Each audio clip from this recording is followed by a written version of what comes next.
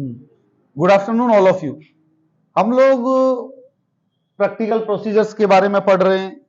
हम लोगों ने आईवी इन्फ्यूजन के बारे में पढ़ा, सिरिंजेस के बारे में पढ़ा और निडल्स के बारे में पढ़ा।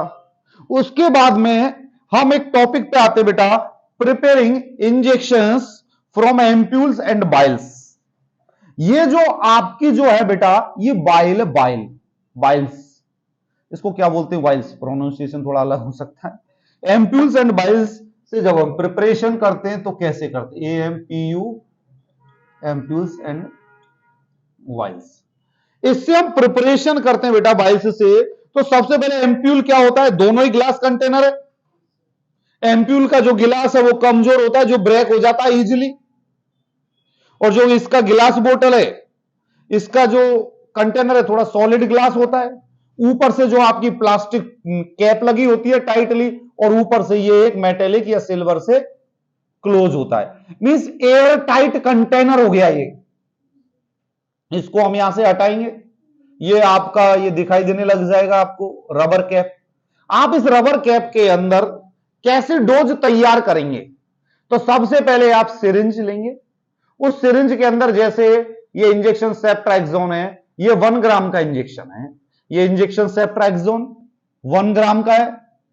आप क्या करेंगे, इसके अंदर नॉर्मल सलाइन लेंगे एक इंजेक्शन के अंदर 5 ml, 8 ml, 10 ml, जितने में आपको डाइल्यूट करना है। तो 10 ml तो इसमें जाएगा नहीं, आप इसमें 2 ml, 3 ml, 5 ml अंदर सलाइन पुश कर देंगे। इस प्लास्टिक कंटेनर के थ्रू निडल इंसर्ट करेंगे, सिरिंज से आपने 5 ml सलाइन पुश कर दी। पुश करने के बाद में क्या होगा बेटा, जैसे ही आप सलाइन पुश की आपने, ये डाइल्यूट हो जाएगा अंदर। या 1-2 बार आप ऐसे भी कर सकते हो, या नहीं हो तो आप नीचे से ऐसे रब कर सकते हो। रब करने के बाद में आप इसे उल्टा करेंगे। आपकी यदि सिरिंज 10 ml की है तो 5 ml अंदर गया तो 5 ml उसके अंदर भरा पड़ा है। या 5 ml की सिरिंज लेंगे और उसको हम इंसर्ट करेंगे, और पीछे से प्लंजर को जब हम खींचेंगे तो ये सारा कंटेंट उसमें आ जाएगा। हमें इस दौरान स्टेरिलिटी का ध्यान रखना होता है कि यदि हम निडल को यहां पर टच कर रहे हैं तो इसे हम स्पिरिट स्वैब से क्लीन करेंगे जहां से एंट्री हमें करनी होती है। और उसके बाद यदि किसी पेशेंट को हम वो निडल के सिरिंज के अंदर हम ले लेंगे और हम पेशेंट को उसे दे सकते हैं।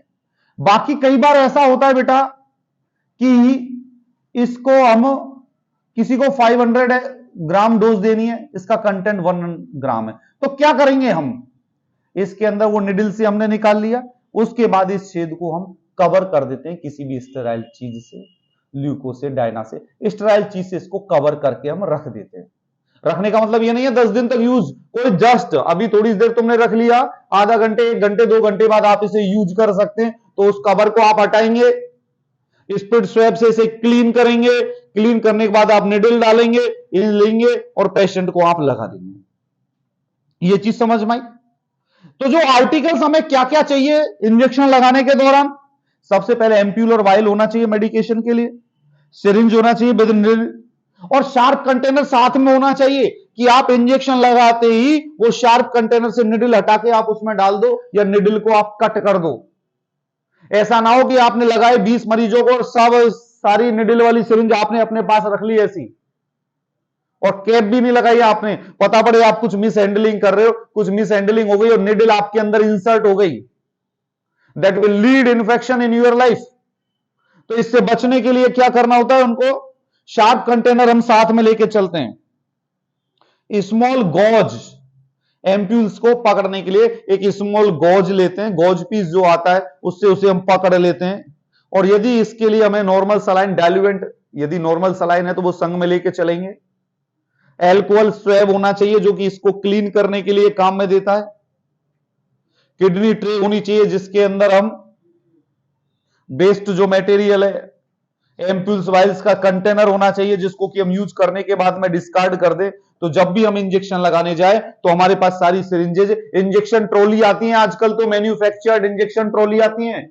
उन इंजेक्शन ट्रॉली के अंदर क्या होता है, डिफरेंट डिफरेंट साइज के इंजेक्शंस रखी, सिरिंजेस रखी रहती है, डिफरेंट डिफरेंट नीडल्स रखी रहती है।